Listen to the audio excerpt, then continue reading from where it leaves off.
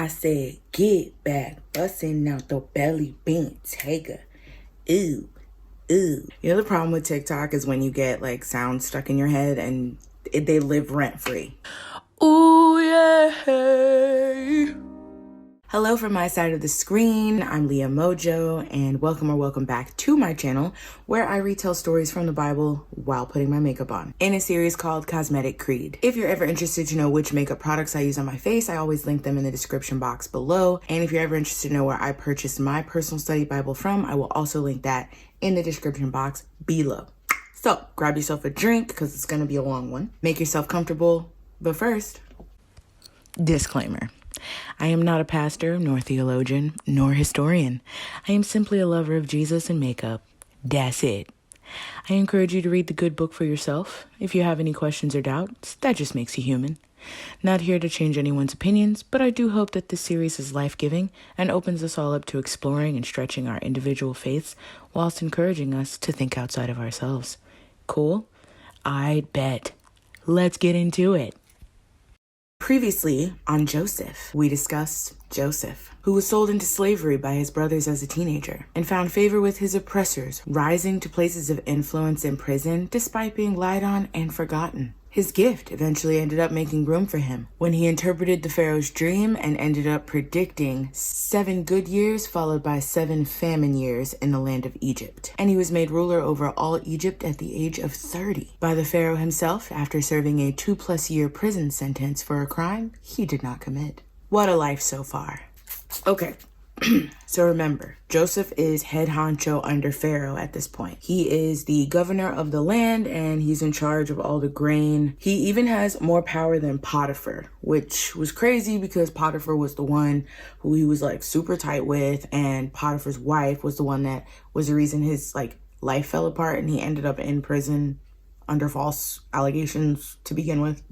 But anyway, so meanwhile, back in Canaan, Jacob, remember him? Joseph's father, he learns that there is grain in Egypt. So he tells his sons, listen, you guys, y'all need to go get some of that grain, otherwise we're gonna starve. So 10 of his sons decided to head out to Egypt to pay Joseph, who they didn't know that it was Joseph, a little visit. Now, all of the brothers, except for Benjamin, went. Now, if you remember Benjamin, he was the youngest, born to Jacob and the deceased Rachel. So he is the full brother of Joseph. And Jacob didn't want Benjamin to go because, he was the last son of his long lost Rachel. And remember how Joseph was his favorite? Benjamin is pretty much now his favorite. Okay, so back in Egypt, Joseph is head honcho in charge. He's basically the governor of the land now. He's in charge of all the grain sales. So he would be the one that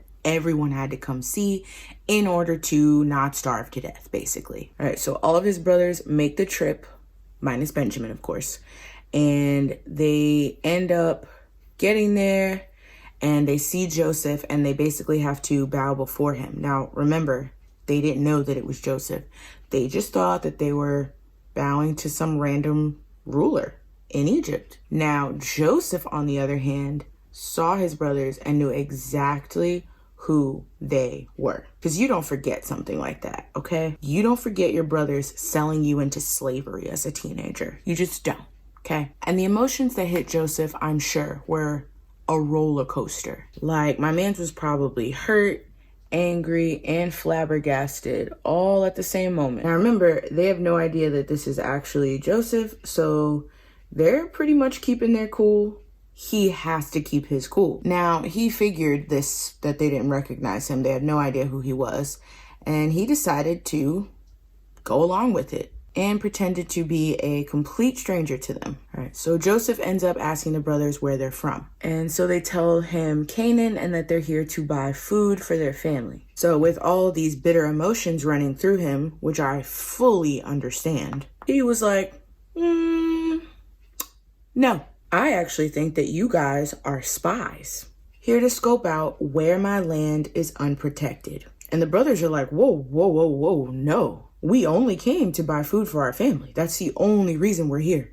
Promise. We are nothing but 12 brothers and our father is back at home, along with our youngest brother, and the other brother that we had died. So at this comment, Joseph is feeling all types of emotions just rise up inside of him, right? I mean, he's seeing his brothers who fried him as a kid, so constant bullying, discouraged his dreams, hated him for his dreams, actually, throw him into this huge hole, and then sell him into slavery. I'm sure he was hot right then. Angry is not even a strong enough word. Livid. There we go. He was livid with 3 syllables. So he was like, nah, I think you're spies. If you're not spies and you just so happen to be telling me the truth, bring me back your youngest brother. Yo, Joseph was being a straight up savage, and I don't blame him. Not one bit, but he was being a straight up savage. And on top of all that, he ends up keeping all of the brothers in the jails for 3 whole days. Wow, how the tables have turned. How does it feel, brothers, huh? Who's locked up now? So day 3 comes and Joseph's like, okay, one of you needs to go get your youngest brother like I originally proposed. And I had assumed that he left them all in prison to debate on whether or not they would follow through with going to get Benjamin, the youngest brother, because it doesn't say that he locked a few of them up. Nah, he locked all of them up. You guys go get Benjamin and I'll let you go. I'm an honest, God-fearing man. Now, if you are honest, do as you said that you would. But just for a little insurance policy, because Joseph won't no fool, he told the brothers, one of you has to stay here with me. So the brothers agreed, and they were talking amongst themselves as they were prepping to choose which brother was gonna, volunteer his tribute and stay behind in the prisons while the rest of them went to go get Benjamin. And one of them was just voicing his opinion out loud, but he said, surely this has to be punishment for what we did years ago. Now look at us. Then Reuben, the oldest, was like, see, I told you guys not to sell the boy into slavery, and God is punishing us now. Screwed us all. So it's important to note that when they were having this conversation that they were actually speaking Hebrew. And of course, it was assumed by them that Joseph had no idea what the heck they were talking about. Because remember, he's supposed to be this strange Egyptian ruler to them, not their long lost brother. Little did they know, he actually knew every word they said. Either that or he had an interpreter, which he was rich enough to afford. And this conversation about how they were remembering their really awful deeds against him, it really got to him emotionally, that's a lot. So he actually begins to cry and he has to excuse himself. But he pulls himself together and he comes back really shortly. And he comes back and he chooses Simeon to keep in the jails while the rest of the brothers go and get Benjamin. Why he chose Simeon, I don't know, but that's who he chose. So before they leave, Joseph actually gives orders to his servants to have the brothers' bags filled, just with grain and other provisions to make their journey a little easier. After all, they did come for food, you know what I'm saying? And then he sends them on their way. So I guess they had stopped for the night because the journey was super long. And while they were opening up their bags, they actually end up finding a bunch of silver in their bags. Now, it's assumed that it was placed in their bags under Joseph's command, but it also looks really shady because now it looks like they stole the silver. So now they have to go back. They look like thieves. And they're just like, oh, God, what is this? A curse? Are we cursed because of what we did to Joseph? My God. Just feeling really superstitious. Man, what punishment is God putting us through right now? So they finally reach home in Canaan, right? And they tell Papa Jacob what the heck is going on. And of course, when Jacob hears this crazy thing that they have to bring Benjamin back with them, he's like, absolutely not. No, come on. Hell no, to the no, yeah, to the no. And then when they showed him the silver that was in their bags, it was like they were really trying to give their dad a heart attack. He was terrified. Poor Jacob. He was really just like, yo, y'all have done it now. First Joseph, then you left Simeon, and now you want to take my Benjamin away? Absolutely not. Hell to the no. He's not going. He's not going with you. Point blank, period. Joseph is dead, and Benjamin is the only one that I have left. If anything were to happen to him, I would absolutely die of heartache. And that was that. The brothers dropped it. because a little bit of time actually passes. Simeon is still in prison and Jacob is still refusing to let Benjamin go back with the brothers. Dang, and that says a lot because he was really like, it's not worth the trade. Simeon can rot in the prisons. Like, Benjamin's not going back with you guys. But at this point in time, the little bit of grain that the brothers had managed to bring back was running super low. And they had to buy more, otherwise they really would starve. So Papa Jacob was just like, all right, guys, like, you got to figure something out. You're going to have to go back and you're going to have to buy more grain. But Judah was just like, we can't. He won't give us anything unless we bring back Benjamin. Now, at this, Jacob he'd had it. So he just straight up snapped and was just like, why the bleep would you tell the ruler of Egypt that you guys had another brother anyway? Like, why was that relevant information? And they were just like, I mean, he was asking us mad personal questions. Like, we couldn't lie to him. Where are we from? Is our dad still alive? Do we have any more brothers? Meh. We just answered. So Judah sees how much deliberation that Jacob is going through right now, and he can tell that his father is in so much turmoil over this decision to send Benjamin back with them. And he's just finally like, all right, Pop, listen, send Benjamin with me. I will be personally responsible for his safety. If anything happens to him, I will bear that blame my entire life. Had we left before and not waited, we'd be back by now. And Judah at this point is, he's just basically trying to smooth things over for Jacob, trying to make it a little easier for his father to make this decision. And Jacob finally is just like, oh, fine. If it absolutely has to be done this way, fine. So Jacob is just like, you know what? Take gifts to bring to this ruler. We don't want to take any chances. We got to butter this man up. Take 2 times the amount of silver, okay? Because you have to return the other silver to him. Maybe that was a mistake. I don't know. And yes, take Benjamin with you. If he doesn't make it back to me, I'll just die from depression. It is what it is. So the brothers left, finally, with Benjamin in tow. And when they get to the palace, Joseph sees that they've returned and that they have Benjamin. So Joseph tells his servants to prep this massive feast and to do it at Joseph's house. And not gonna lie, they were low-key kind of scared because, like, why is this man taking us back to his house? Like, is he gonna kill us, or he's gonna keep us as slaves or something awful? Like, I just know it. So as they approach Joseph's house, they go up to one of his stewards, probably like a butler or something, and they decide to tell him about the silver that they found in their packs. Just get it out the way, get it off their chest. Let's just tell him right now so he doesn't think we stole it, you know what I mean? And the steward is just like, nah, it's cool. Your God provided you with that silver. So he brings Simeon out to the rest of them to join his brothers. Because remember, Simeon had literally been locked up for a while. He was basically Joseph's collateral until they brought him Benjamin. And it's been more than a few weeks at this point, so I'm sure Simeon was like super hyped to see everyone. So they get inside Joseph's house and they're given water to wash their feet. And up until this point, Joseph wasn't home. It was just his steward that was kind of doing everything for the brothers. But now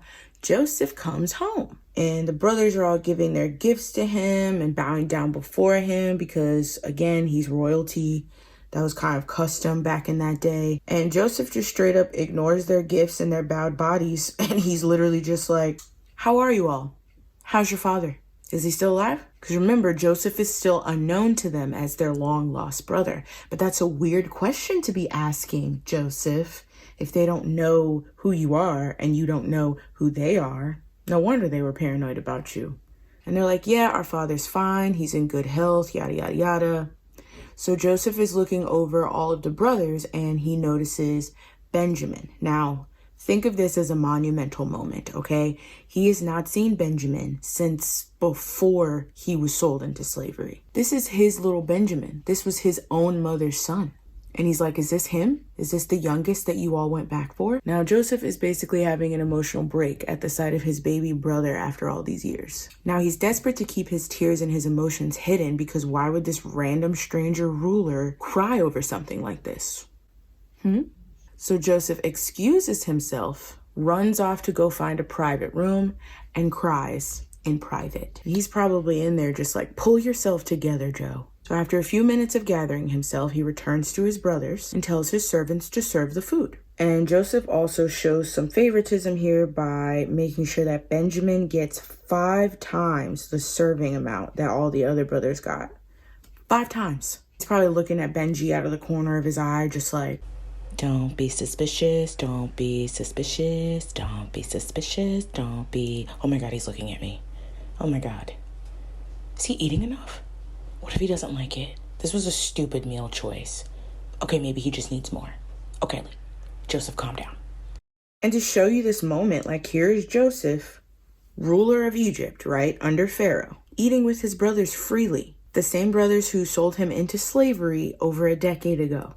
And they have no idea it's him. His emotions really must have been all over the place. Like, I don't know how he kept his cool. And I can imagine that he was going through all of these surreal emotions of anger, sadness, rage, grief, mixed with happiness and relief that his beloved father is still alive, and that his baby brother Benjamin was here in his presence. I say that because the very next scene, Joseph tells his steward to send all of his brothers back home, but to pack his silver cup in Benjamin's bag only. Now, what is this Hebrew kid doing with the ruler of Egypt's silver cup, unless he stole it? Yeah, it was a total setup. It wasn't a gift. So when the brothers left the next day to return home, they hadn't made it far when Joseph tells his steward to go after them and accuse them of stealing from him.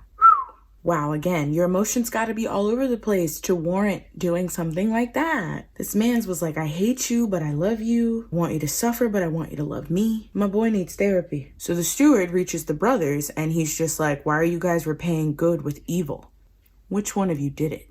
And the brothers are just like, whoa, whoa, whoa, what the heck are you talking about? Steward is just like, don't play dumb with me. The cup. Which one of you took the master's cup? And the brothers are just like, none of us took his cup. Why would we? Didn't we just kind of prove ourselves loyal by telling him about that mysterious silver that ended up in our sacks? Don't believe us? Oh, okay. Well, fine. Search us then. If any of us have it, he'll die. And the rest of us will be the slaves to the ruler.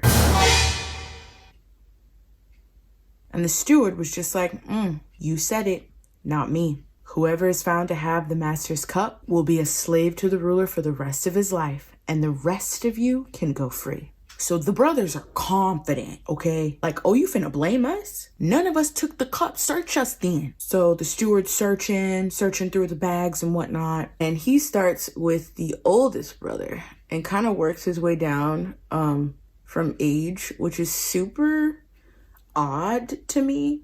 Because, like, someone would really have to know your family in order to do a strategy like that, search from oldest to youngest. But I doubt the brothers even noticed because no one questioned it. I would have found that strange had I noticed it, but whatever. Okay, so he's searching until he finally lands on the youngest brother. Benjamin. And when he opens his sack, guess what he finds? His master's cup. Stuff straight up hit the fan at that point. The brothers straight up lost their ish. Can I say ish on my channel? I'm going to say ish on my channel. They lost it. Went absolutely mad. No. Not him. Not Benjamin. Benjamin, did you take the cup? No, I didn't. I swear. I don't know how it got there. Then no, we cannot do this to Dad. Not again. So the brothers had no choice but to all return to the city. They were not about to let Benjamin become a slave. Heck no. So they all return back to Joseph's house, right? They pull up, terrified, might I add. Like, they have to find some way to change Joseph's mind, you know what I mean? Or their dad will literally die. So Joseph is still at home when they get there, probably eating with his family or something real basic, you know. And the brothers just throw themselves at his feet like, listen, we're begging at this point. We are begging you. You cannot take Benjamin from us. But Joseph remains cold, unbothered. And he's just like, he should have never took the cup. Did you think I wouldn't find out? And then Judah is the one to speak up. It's like, listen, we didn't take the cup. Benjamin didn't take the cup. What can we do to prove our innocence? God is surely just bringing punishment on us. We'll all be your slaves then. Take us all. Joseph is just like, please, I could never. How could I be so cruel and unfair? If it was found in Benjamin's possession, he's the one that will be the slave, and the rest of you can return home to your father. So Judah, desperate now, goes to him and is just like, my lord, please, we can't leave Benjamin. My father, he'll die. He can't bear it, not again. We caused my father some grief some years ago with the loss of our other brother, and it'll kill him to lose Benjamin too. I told my father that I would be personally responsible for Benjamin's safety, so you'll just have to keep me instead of him and let him go free. Now, Joseph is listening to all of this, probably really cruel looking on the outside, but inside was a raging pit of emotions. He was so emotionally moved by his brother, the very same brother, might I add, whose idea it was to sell him into slavery for $6, 20 shekels, is now begging to not put their father through the same pain. And Joseph just couldn't take it anymore. He couldn't hide any longer. He burst into tears right there on the spot. And he commanded everyone to leave his presence except for his brothers, so that he's alone with them. And finally, this is it. Finally, he admits to them who he is. I am Joseph, he tells them. They were shocked, stunned, terrified, shocked, stunned, as if they were looking at a ghost. They didn't even believe him. They were terrified because it's like, oh snap, like he's in charge now. But he just asked questions about how their father was, whether or not he was still alive. Like, this is such an emotional moment. He's literally just admitted his identity. His brothers weren't even gone for an entire 2 days. He doesn't even know if they reached Jacob the last time that they all left. And he's asking again, is my father still alive? That's all I care about. Is my daddy still here? Now, the tension in the room must have been like sky freaking high. Joseph is just like, yes, I'm him. I'm the brother that you guys sold into slavery. But don't be mad at yourselves, because clearly God wanted me here for the sake of Egypt's survival. So then it wasn't you who sent me here, but God. Joseph, you better than me, because y'all sold me into slavery. I'm finna be mad at for the rest of my life. I'd hold that grudge. Forgiveness is real. The Lord's still working on me, okay? Don't come for me in these comments, all right? I am flesh and blood. So Joseph tells the brothers to hurry back to their father and tell him that he's still alive. Tell him that Joseph is now the ruler of Egypt. And then to come back with all of their family, come back with all their family in tow and live closer to Joseph in Egypt with him. And Joseph just throws his arms around Benjamin in that moment and just sobs. And then they all have like this brotherly love, hug, cry session. It's so freaking sweet. Like, I can't even. Joseph's like, yes, your family can move here. And then Pharaoh hears about this and he's just ecstatic, over the moon for Joseph. Yeah, your families can move here. Then they can live in style for the rest of their life and not ever have to worry about the famine. And then the Bible says that Pharaoh told them, he told them this, okay? Listen closely. He told them, never mind about your belongings, because the best of Egypt will be yours. Won't he do it? And then they send the brothers on their way with gifts, especially gifts for their father. He sent that man like 10 donkeys, which is ballin' outrageous back in the Bible days. Yo, when I say this story got me, fam, it got me. There's so many takeaways, so many nuggets. The forgiveness aspect of it, the fact that Joseph didn't even hold the grudge towards his brothers, because I know it couldn't have been me. The fact that Judah, the one who basically stabbed Joseph in the back all those years ago, was the one who was willing to lay down his life so that his father would not have to go through that punishment, not have to go through that misery again. I gotta stop it here and just go over the rest next week. Cause no, the story ain't over. We got Joseph part 4 coming at you next Saturday, because all the gifts get back to the dad. And when Jacob hears this, he's over the flipping moon. And it's a really sweet scene. Well, that about wraps things up for this Bible story and today's makeup look. I hope you enjoyed it as much as I did. I've got some real Euphoria vibes going on, or Barbie. I don't know if you can see the shimmer. Can you see the shimmer? Be sure to like this video if you like this video. And follow me on Instagram, because that's where I'll be. And I will see you guys very soon for next Saturday's video, which I want to say might be... Guys, next Saturday will wrap up Joseph's story. Joseph is the last major character in Genesis. Next Saturday is it's the last story in Genesis. That's crazy, right? We were literally at the end of a book. Oh my God. Anyway, I will see you guys next week. Might have to do something special for that one. Okay, anyway, I will see you guys next Saturday. Love you very much. Okay, bye.